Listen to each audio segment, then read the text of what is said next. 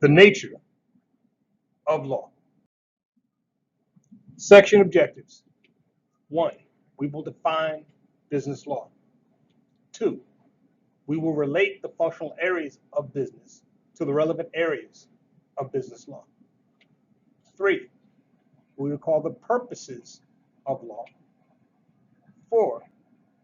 We will distinguish among the types of law. And finally, number 5, we will differentiate between the sources of law. The law is a body of rules governing the conduct of individuals and society. Something that should be obvious simply by the language we speak is that the legal system of the United States is based on the English common law system. Let's talk about the English common law system. The English common law system was established in 1066 after England was conquered by William of Normandy.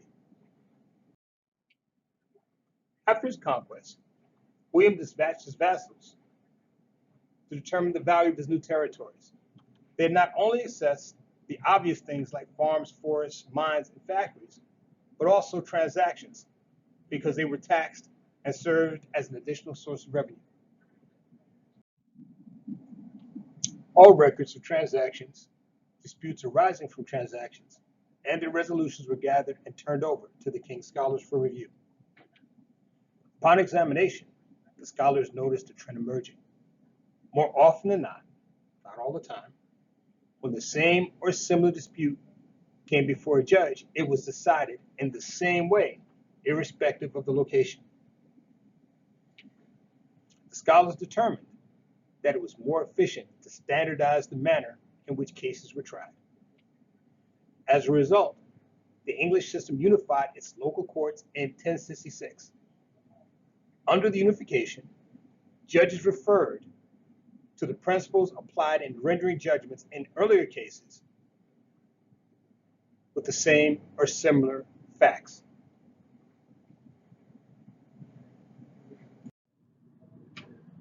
The basis of common law is the doctrine of stare decisis. Stare decisis is Latin for stand by things decided.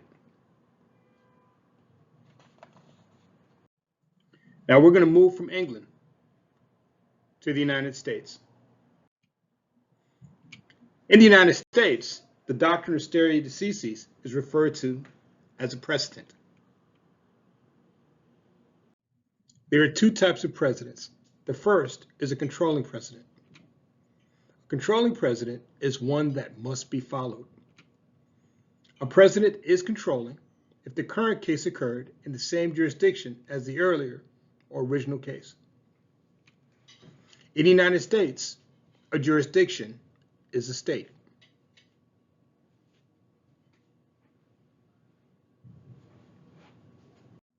The second type of precedent is an advisory precedent. An advisory precedent is an optional precedent, one that the court has the option of following but is not required to follow. A precedent is advisory if the current case occurred in a different jurisdiction than the original case. In the United States, a jurisdiction is a state.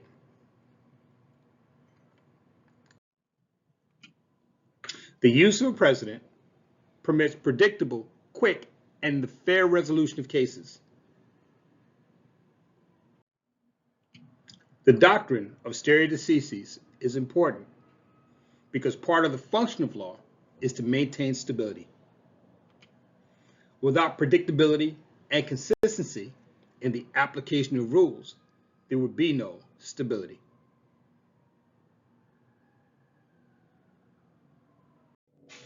It would be very easy for one to assume that the use of the precedent would make the law inflexible and unresponsive, but nothing could be further from the truth. A judge may determine that a precedent is incorrect or inapplicable due to changes in society, technology, or even business practices. Now let's look at a few examples of the law changing due to changes in society. First up is a case from 1896, Plessy versus Ferguson. Now, just to be clear, this case originated in 1892 as a challenge to Louisiana's segregation laws, the Separate Car Act of 1890. And basically, what unfolded was Mr. Plessy, a black man, decided that he wanted to test the 14th Amendment, giving all citizens equal rights after the 13th Amendment had freed the slaves. Now, he does this by sitting on a whites-only car on a train in Louisiana. He's ordered by the conductor to go to a colored car. That's what they used to call black people. He refused. He's then arrested. There was a trial. He was convicted, and he appealed. And the Louisiana State Supreme Court upheld the decision of the lower court, saying that Louisiana was within its rights and not violating the Constitution in having segregated cars.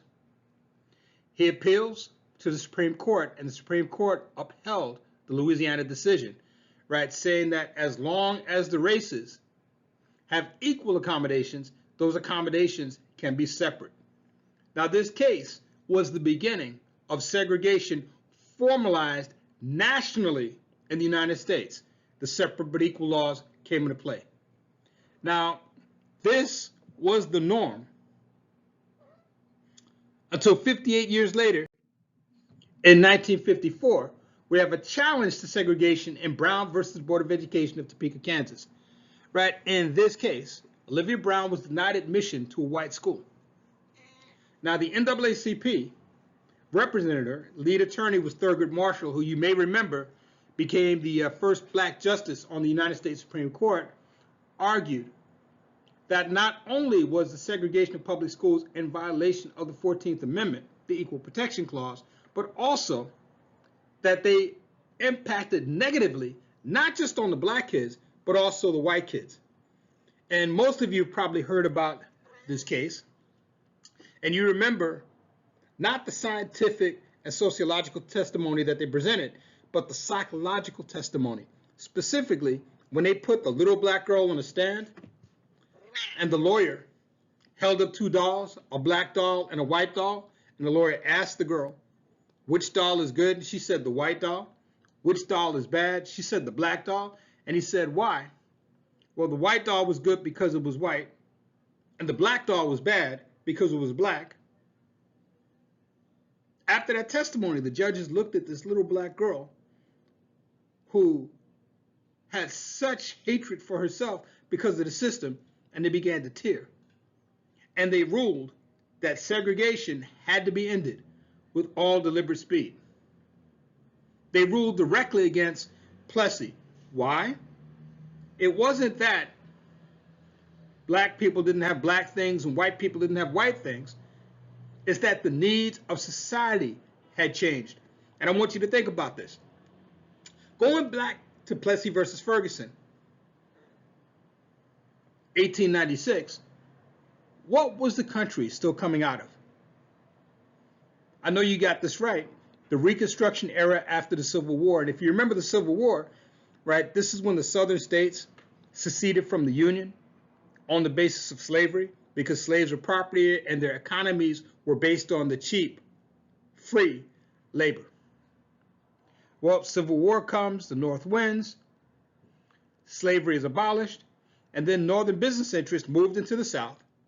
They called them carpetbaggers, and these proud Southerners with the big plantations were now impoverished. They're looking at Northerners living in their houses, and to add insult to injury, because they seceded from the Union, they'd lost many of their rights as citizens, specifically the right to hold office. Guess who held office in many of the southern states after the Civil War? The newly freed slaves. In 1896, this country was on the brink of a second Civil War. Here comes Plessy versus Ferguson. It was like throwing the Supreme Court a bone. They ruled that yes, the Constitution says that these people are equal to you, but you don't have to be next to them if you don't want to. Now, for the country, what did that do? It gave the country the opportunity to heal. Then you look at Brown versus the Board of Education of Topeka, Kansas, 1954. What was the world emerging from in 1954? You're right, World War II. And I want you to think about this. Who are the bad guys in World War II? I bet you got the Nazis. Now, the Nazis maintained that they were the master race, and guess what they did? They subjugated any people group that they thought were inferior to them. The Jews, the Gypsies, the black Germans that they had, and they had black Germans because they had colonies in Africa. They said they were less than. They enslaved these people. They stole from these people. They did whatever they wanted to do to all of these people. Everybody's seen the images of the concentration camps, how awful it was. Well, the United States and its allies fought a war saying this is wrong.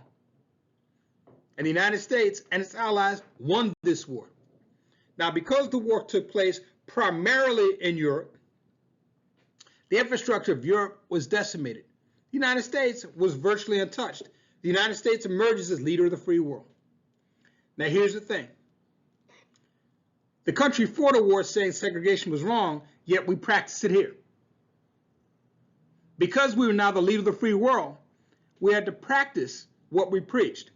So the needs of the country changed before the mindset of the people.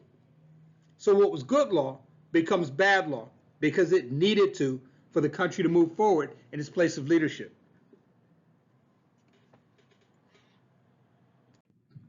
Let's take some time now to talk about the sources of law in the United States.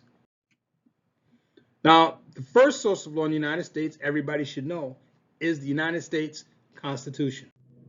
Let's talk about constitutional law.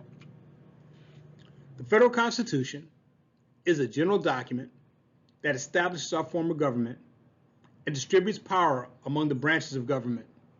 I'm sure you know there are three branches: the executive branch, the judicial branch, and the legislative branch. It is the supreme law of the land, and any law that conflicts with the U.S. Constitution is deemed to be unconstitutional and is therefore unenforceable. The second function of the federal Constitution, and I think the most important, is to limit the power of the federal government. Specifically, any power not expressly granted to the federal government is reserved to the states. Or to put another way, if the Constitution does not grant the federal government the power to do something, the federal government cannot. Now, for me, I think this is absolutely brilliant, and I always wonder how founding fathers knew that they had to limit the powers of the federal government to make our laws and our Constitution effective for all people. I want you to think about this. You know, when you think about this country and you think about how large it is and how geographically and climatically diverse it is, you should realize right away that people in different states have very different needs.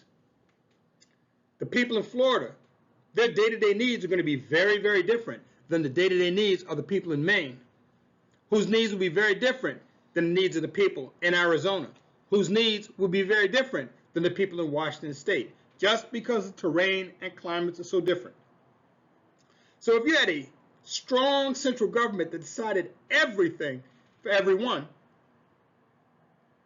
how effective would it be in responding to the needs of citizens in diverse states? It probably wouldn't be. So the Constitution deals with the big picture stuff that apply to everybody, but the states deal with the details. Let me give you 3 examples.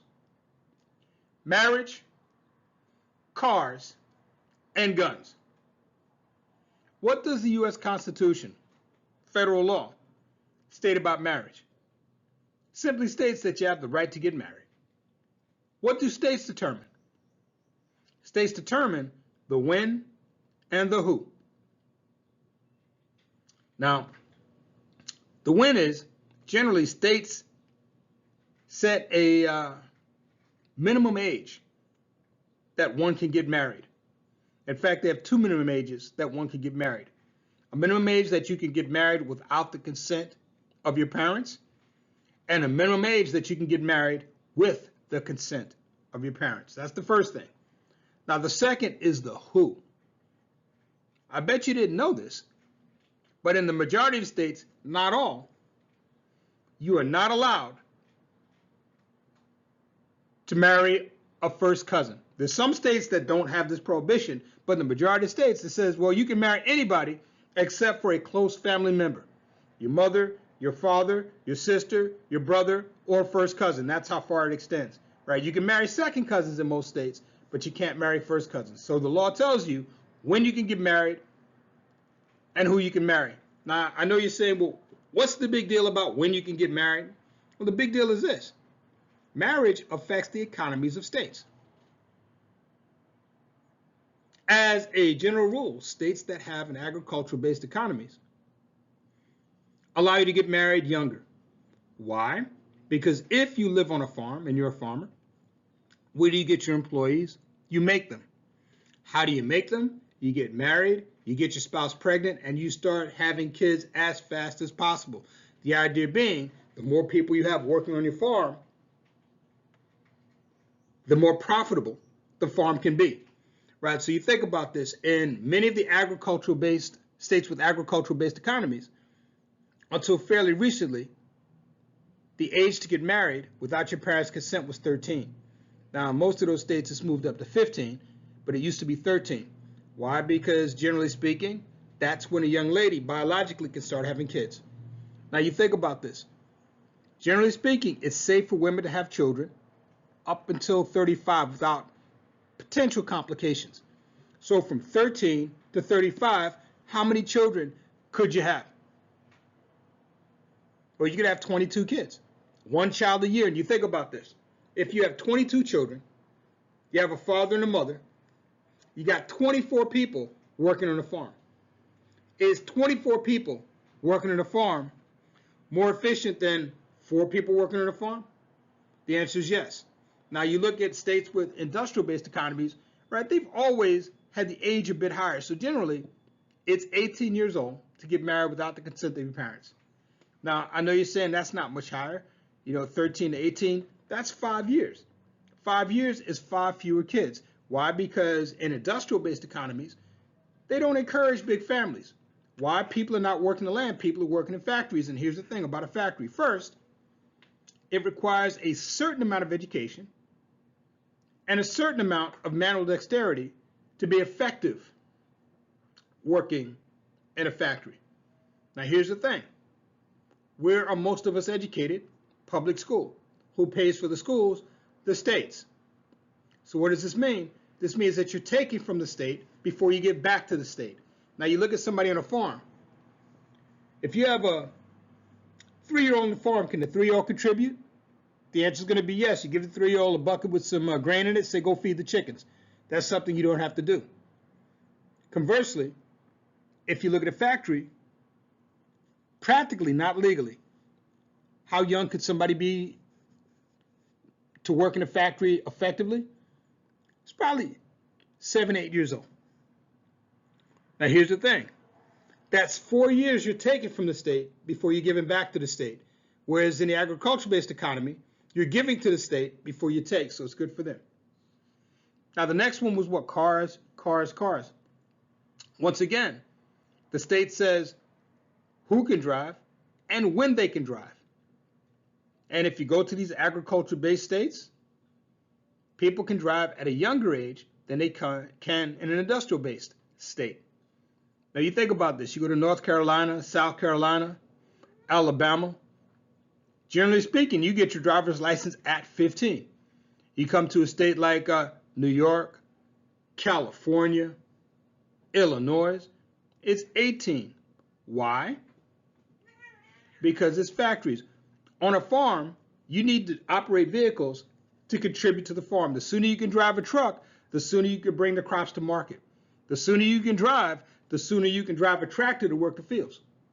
If you live in an industrial-based economy, what do we do with our cars? We drive to work, they're parked for 8 hours, and then you drive home, right? You don't need the car to do your work unless you're a truck driver, which most people are not, right? So they limit how young you can be to drive.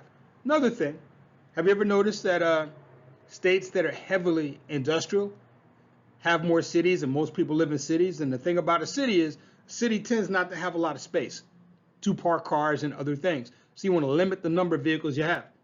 If you go to a state with an agricultural-based economy, you tend to have a lot more space, places to put things like cars, trucks. So you can have more cars. There's a place to put them. Then the last one is guns.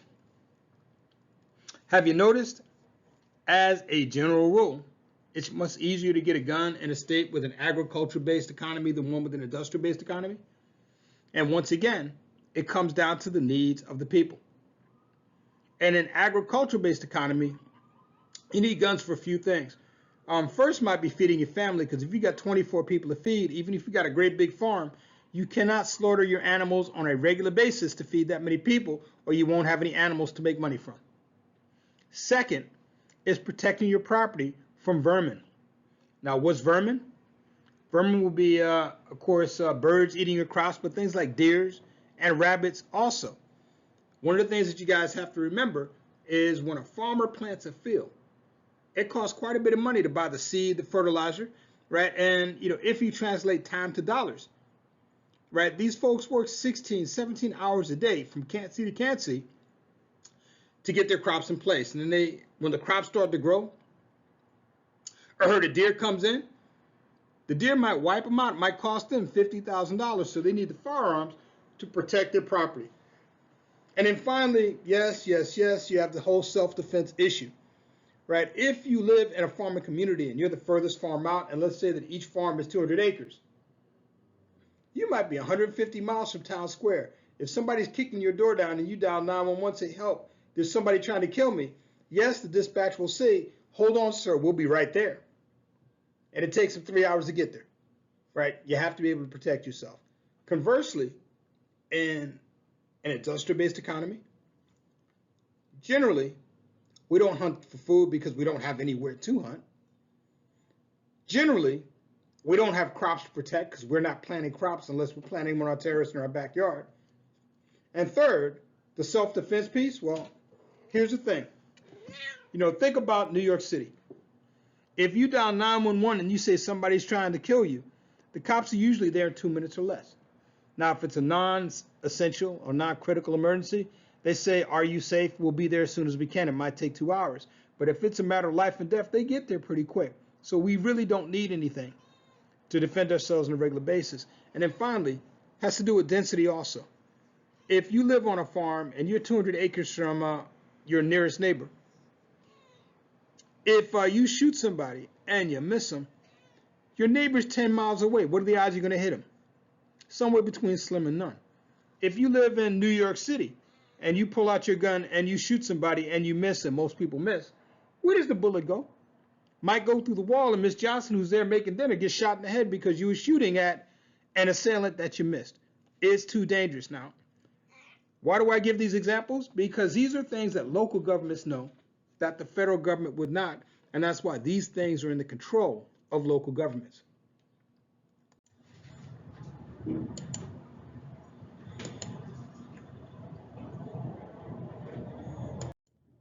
Next is statutory law. Statutory law consists of the statutes and ordinances that are enacted by Congress, state legislatures, and local legislative bodies of government.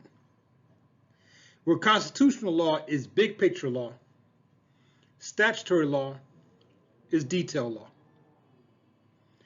Almost every facet of your lives is governed by statute.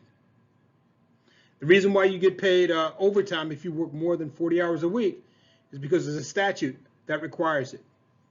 The reason why you went to school as a child is because there's a statute that requires you be educated.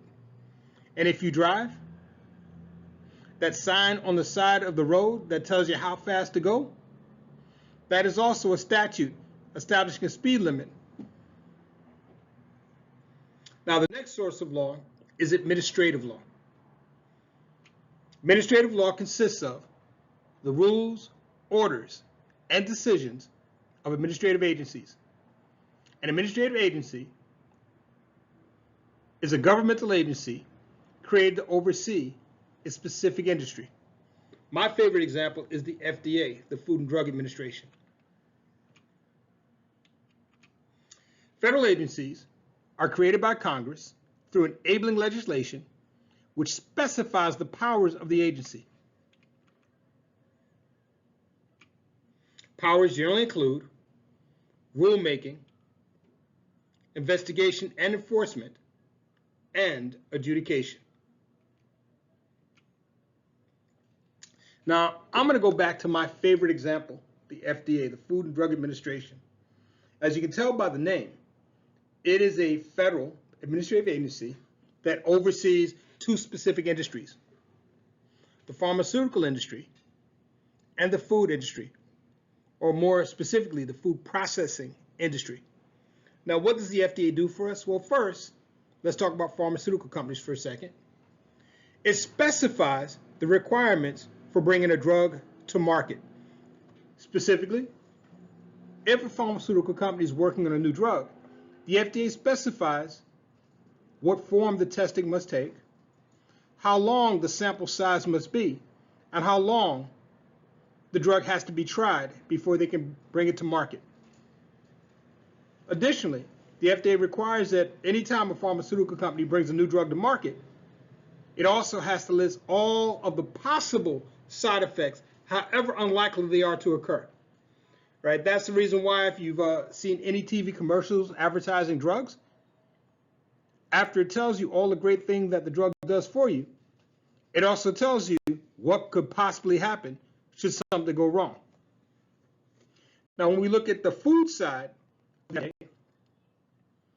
the FDA specifies how food is processed. For example, if you have a beef processing plant, it specifies how livestock must be stored, how livestock must be slaughtered, and how carcasses are handled after slaughtering. Right? The details deal with cleanliness, refrigeration, work hours for the crews, the types of tools that can be used, how frequently they have to be cleaned. Those are the rules. Next, we slide into investigation enforcement. One of the things that the FDA does with food processing plants is it sends inspectors in to inspect the plants, and frequently these are pop inspections. Let's say a meat processing plant starts operating at 5 in the morning. You want to give them some time to get going, so at 7:30 you send 25 inspectors down to inspect the plant. Now, if everything falls within the rules and requirements set by the FDA, no harm, no foul. But if there are any violations, if anything is not up to the standard, the FDA moves into the enforcement mode, right, which really consists of two things. First, imposing sanctions like fines, and if it's really, really bad, shutting them down. Now, because this is the United States of America, and you always have the right to face your accuser, you'd move into phase 3, adjudication. Adjudication is simply another name for trial. If you've been closed down and had other fines and sanctions imposed upon you, right, the owner of the food processing plant would go before an administrative law judge with his or her attorney, right, and argue that they were in compliance. If they were, the sanctions are lifted. If not, they remain in place until whatever problems are cleared up. Our final source of law is case law.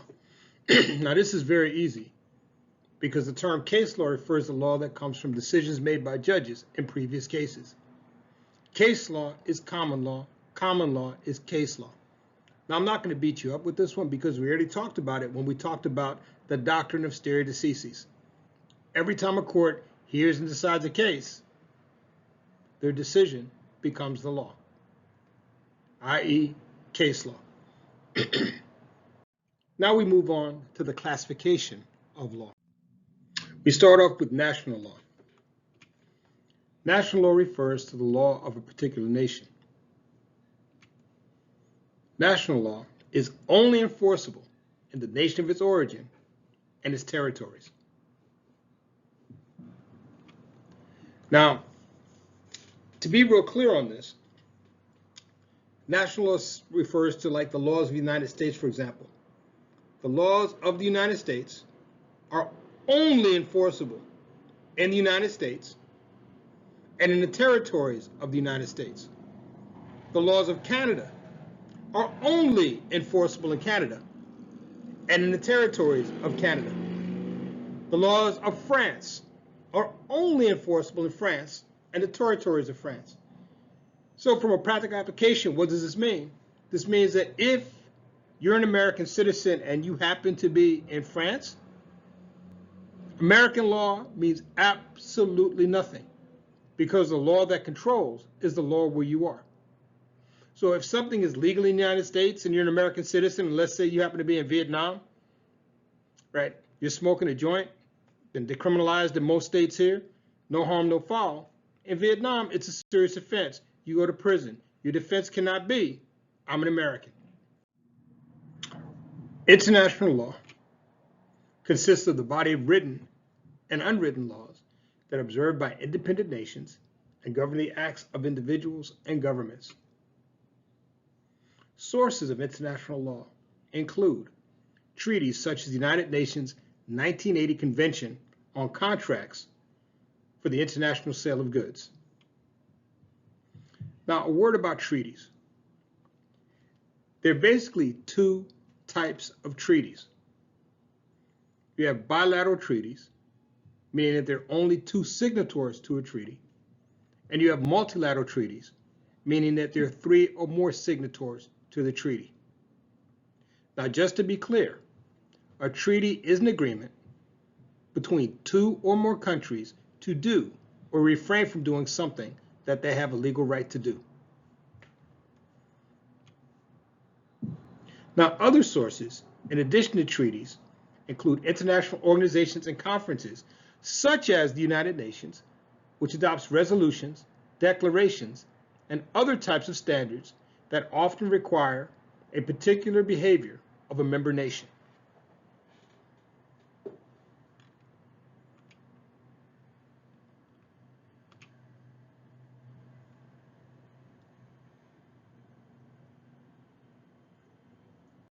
Substantive law versus procedural law.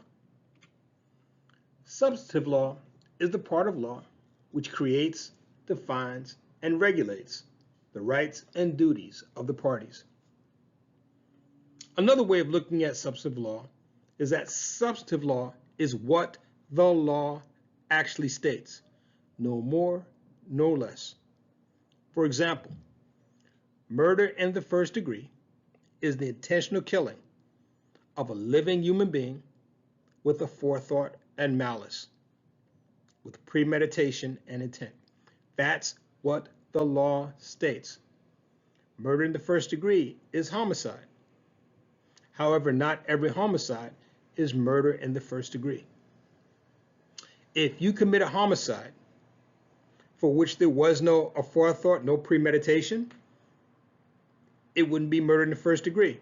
Why? Because while you did intend to kill a person, you didn't plan to kill them before you decided to do it.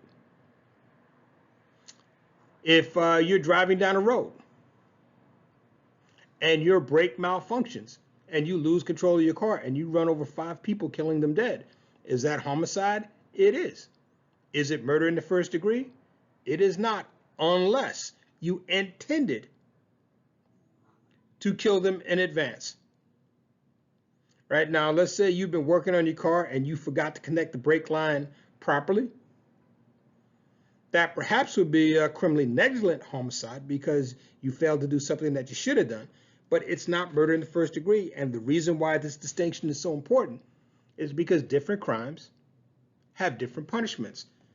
The punishment always fits the crime in our system. Procedural law prescribes the method of enforcing the rights or obtaining redress for their invasion. Simply put, procedural law is how the law is applied. Right? It's basically the rules that are in place to protect individuals from abuses of the state or more powerful people. It really just levels the playing field, right? Particularly when you look at something like criminal law. Criminal procedure is procedural law, right? If a police officer does not see you committing a crime, the police officer must get a warrant for your arrest. And in getting that warrant, the police officer must have some articulable reason to believe that you're guilty of the underlying crime. Now, in addition, right, if it's a crime of property theft, in order to search you, the police must also obtain a search warrant, and the search warrant must specify exactly what they are looking for. Now, this is really, really important. Why? Because if they look in any area that the item that they're looking for could not have been hidden in, and they find something that's illegal, that item they find would be inadmissible. Why? Because the search that the police officers conducted exceeded the parameter of the warrant. Right? As an example, consider someone stealing a 70-inch flat screen TV. They stole it from the loading dock at Best Buy. There was no one there to see them when they put it in the back of their truck, but they did get caught on video. So the police have an articulable reason to request a warrant for their arrest. That videotape showing them putting the TV in the back of the truck. Now, on the search warrant, they'd specify what they're looking for, a 70-inch flat screen TV, the address that they're going to search, and then they go to that address and they exercise the warrant. They come into the house and they start looking all over the place, and when they open up the freezer looking for this 70-inch flat screen TV, they find a kilo of cocaine. Guess what?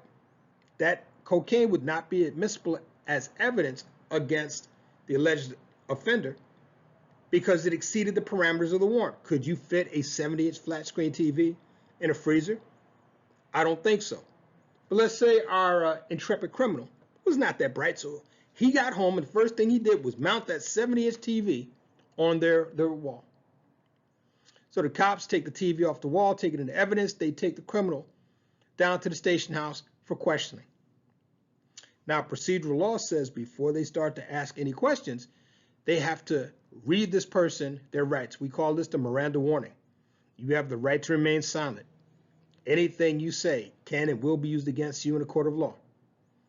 You have the right to an attorney. If you cannot afford one, one will be appointed to you. Do you understand these rights as I have read them to you?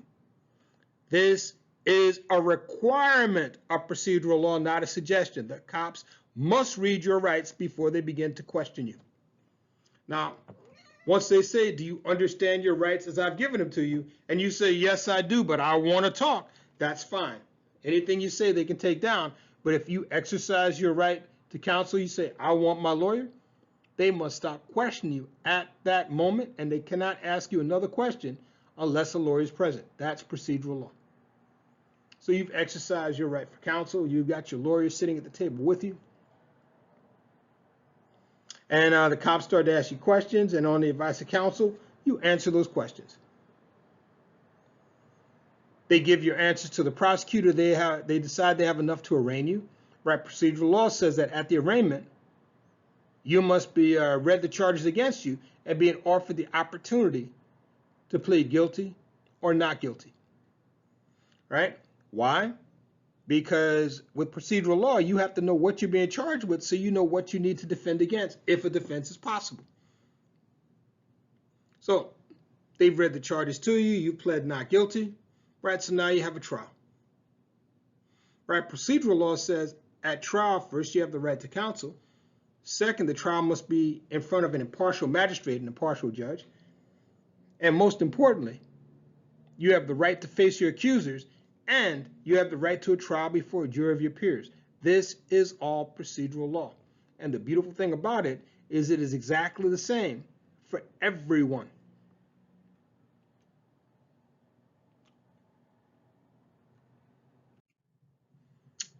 Civil law versus criminal law. Civil law is concerned with civil or private rights and remedies. Civil law is private law because it concerns conflicts between individuals and/or individuals and the state.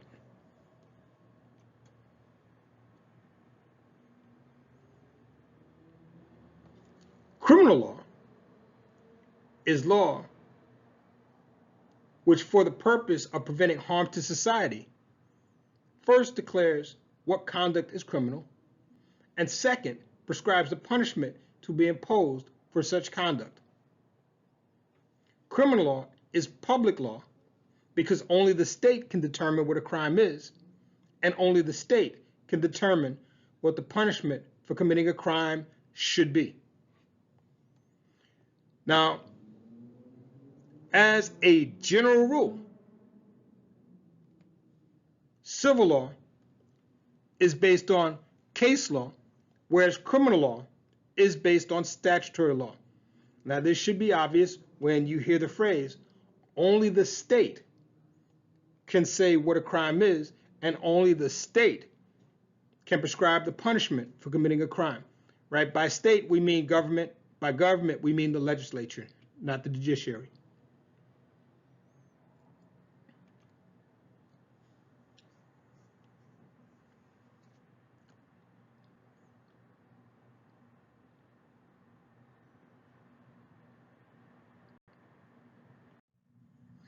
Now let's talk about the world's legal systems. Most of the world legal systems are common law systems, civil law systems, or theocracies. We start off with the common law legal system. A common law system is a system of jurisprudence that's based on the doctrine of judicial precedent, the principle under which lower courts must follow the decisions of higher courts rather than statutory laws.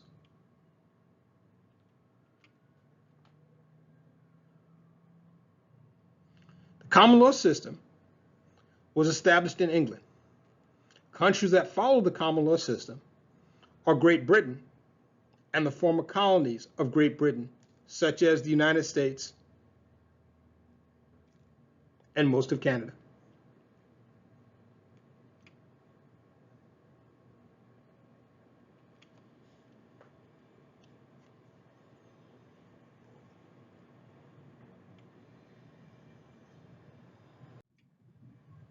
Civil law systems.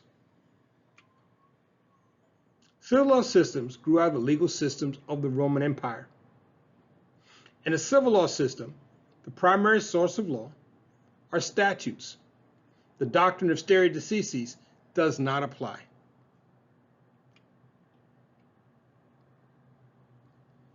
Civil law systems exist in most continental European nations and in countries that were once the colonies of those nations. Japan has a civil law system, as well as Louisiana and Puerto Rico. Now, with regard to Louisiana and Puerto Rico, Louisiana being a state of the United States, a common law country, and Puerto Rico being a territory, if you remember their origins and how the United States acquired them, that would explain why their systems are partially civil law.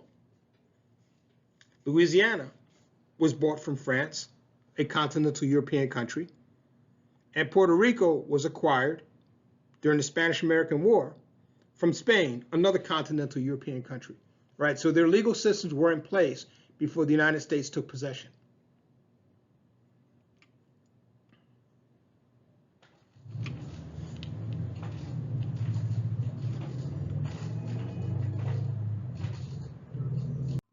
Distinctions between civil and common law systems are beginning to blur.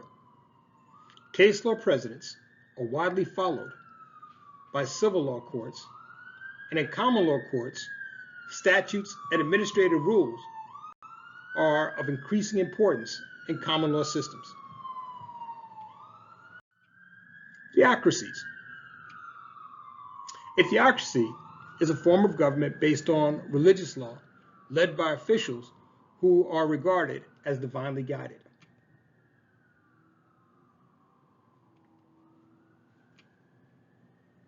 There are only two modern countries that are theocracies: Iran and Vatican City.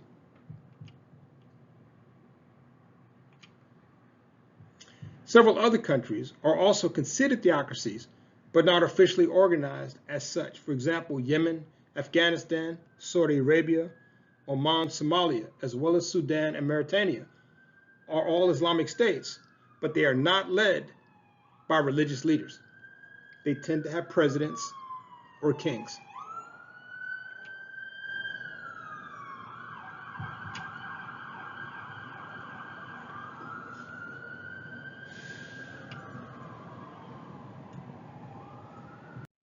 The discussion about the legal systems of the world brings us to our final area for today's discussion, and that's commercial contracts in an international setting. The world is much smaller than it used to be, so these are things that you should consider when entering into a commercial contract in an international setting. Problems arising from language and legal differences in international contracts may be avoided by including provisions designating the official language of the contract, the legal forum for resolving contractual disputes, and the substantive law that will apply. Now, once again, I want to emphasize that these are not requirements, but these are 3 clauses that should be included in commercial contracts in an international setting. First is a choice of languages clause. A choice of languages clause is a clause in the contract designating the official language by which the contract will be interpreted in the event of a future disagreement over the contract's terms. Now, this is very, very important. A contract is a meeting of the mind. It's 2 parties coming together, agreeing to do exactly the same thing. So the language must be precise. Now, let's say that you are representing a US-based company doing business with a company based in China. You do not speak Chinese and your counterpart does not speak English. So how would you negotiate? Via interpreters. Now, let's say that the US interpreter learned to speak Chinese in New York City, United States, and the Chinese interpreter learned to speak Chinese in Beijing, learned to speak English in Beijing. Now, here's a question.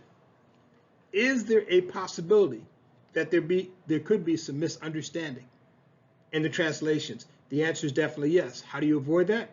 You specify the language, right? You put a clause in the contract that says this contract will be interpreted in English US. Now, I want you to recognize that I specified the dialect. Why? Because US English, while very similar to British English, is different. There's some words that mean different things, so you have to specify so there's no room for misunderstanding. Next, we have a choice of forum clause. A choice of forum clause is a contractual provision which predetermines the forum for any disputes involving the contract. Usually, the forum will be one that is convenient to one of the parties. So in the example, one company is based in the United States, the other company is based in China. So we put a clause in the contract that says, should a dispute arise, the trial will take place in the United States, in New York State. Now, if we had left this out, should a dispute arise, what could happen? Who would have jurisdiction? You ready for this? Both the United States and China. And if I'm representing a US-based company and you're representing a China-based company, you probably want it in a Chinese court where I'd want to bring the case in a US court. And if the courts decided 2 different things, guess what we get to do? We get to go back to court to see whose decision is binding. Now, in business, time is money. Is this good for the business? No. The only people it's good for are the lawyers. How do you avoid it? You put a choice of forum clause in the contract. Now, finally, you have a choice of law clause. A choice of law clause is a clause in a contract in which the parties specify that any dispute arising under the contract shall be determined in accordance with the laws of a particular jurisdiction. Now, this is important. However, if you have a choice of forum, but you don't include a choice of law, the law of the forum will control. Now, a lot of times, folks think that you have to do everything in one country. That is not the case. In the example I've given, my Chinese counterpart has given me English for choice of language and US for choice of forum, but insists that the contract be interpreted as per Chinese law. That would be fine, because all that would happen is, should a dispute arise, the judge located in the United States would be given the applicable Chinese rules, Chinese laws, and a Chinese legal expert to help the judge interpret those laws and rule. The idea is a judge is a judge is a judge regardless to where the judge is located. Now, one of the things I would insist that all people do, especially Americans, there are situations where the laws of other countries are more advantageous to apply to your contract. I don't know what all those situations will be, neither do you at this time, but it's always worth considering the other guy's rules because it may help you make more money.